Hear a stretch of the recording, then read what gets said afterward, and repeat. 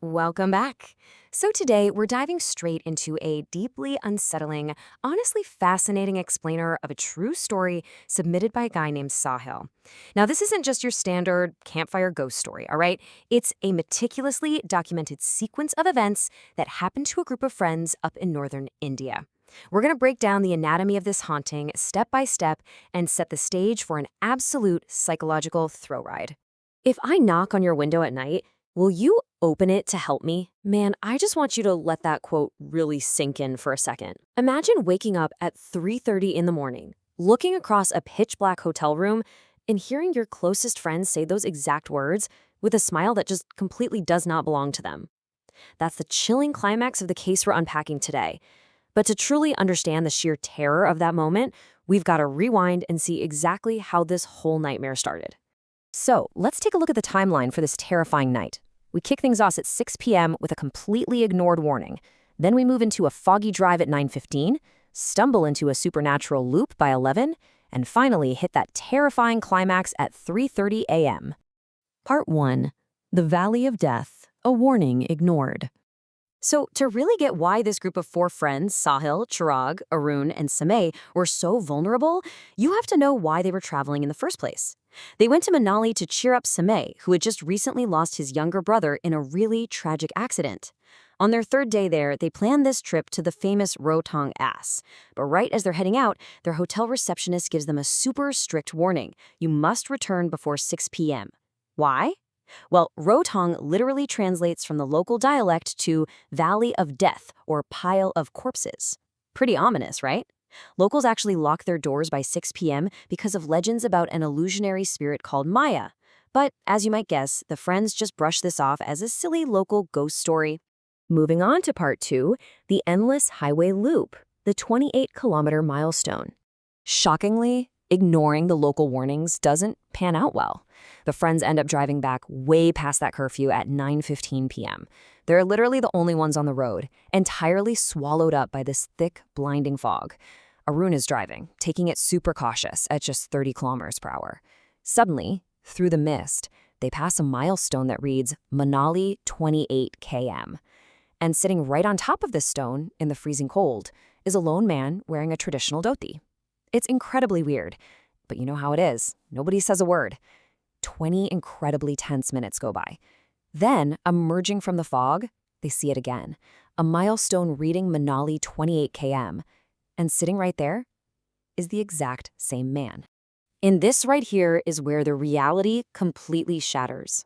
When Sahil points out the man in the dhoti at this second milestone, Chirag interrupts him, absolutely terrified. He says that 20 minutes ago, he didn't see a man in a dhoti at all. He saw a little girl holding a toy. Then Arun chimes in from the driver's seat, telling them they're both crazy because he clearly saw a black horse just watching them drive by. Think about that. Everyone in the car saw a completely different, terrifying entity. Well, everyone except the grieving Samay, who suddenly starts muttering in this weird daze that someone needs their help. Part 3. The Boy in the Mist, 11 p.m. So they push forward, right? But soon enough, they pass that same 28-kilometer milestone for a third time. Only this time, it's empty. It's 11 p.m. now, and the illusion escalates from these stationary figures to an active, relentless pursuit. Arun yells at everyone not to look outside. The car is moving at 40 kilometers per hour. But right outside the window is a 15-year-old boy covered in mud and severe injuries. And the craziest part, he's not sprinting. He is just effortlessly, casually walking alongside them, perfectly keeping pace with the speeding car. Physics just went totally out the window. This is where the entity's strategy becomes horrifyingly clear. It's targeting Samay's unresolved grief over his brother. Seeing this injured, school-aged boy, Samay just drops into a sudden trance. He mutters, "Maybe he needs our help." And he actually reaches over, manually unlocks the door, and rolls down the window. Arun is frantically mashing the central locking button, but of course, the electronics totally fail. They're all screaming Samay's name. Finally, the boy drops back into the fog. But when Sahil checks the rearview mirror, he sees the injured boy standing there in the mist, waving at them. And chillingly, Samay is looking in the mirror, smiling, and waving right back. Shortly after that deeply unsettling moment, the illusion finally breaks. They see a Manali 16 km stone, and they escape the loop. Part 4. The Midnight Lullaby, 3:30 a.m. in the hotel. The totally exhausted group manages to get back to their hotel just before 2 a.m., and they immediately crash. But at 3:30 a.m., Sahil is jolted awake by a sound. The scene in that room is this stark, terrifying contrast. Sahil wakes up Arun and Chirag, and the three of them are just paralyzed by absolute terror, completely frozen in their beds. Meanwhile, Samai is sitting wide awake. He's staring directly into the room's mirror, treating his reflection like it's a little toddler. He's just sweetly singing a popular children's lullaby about the moon and the sun, totally ignoring his friend's panicked whispers behind him.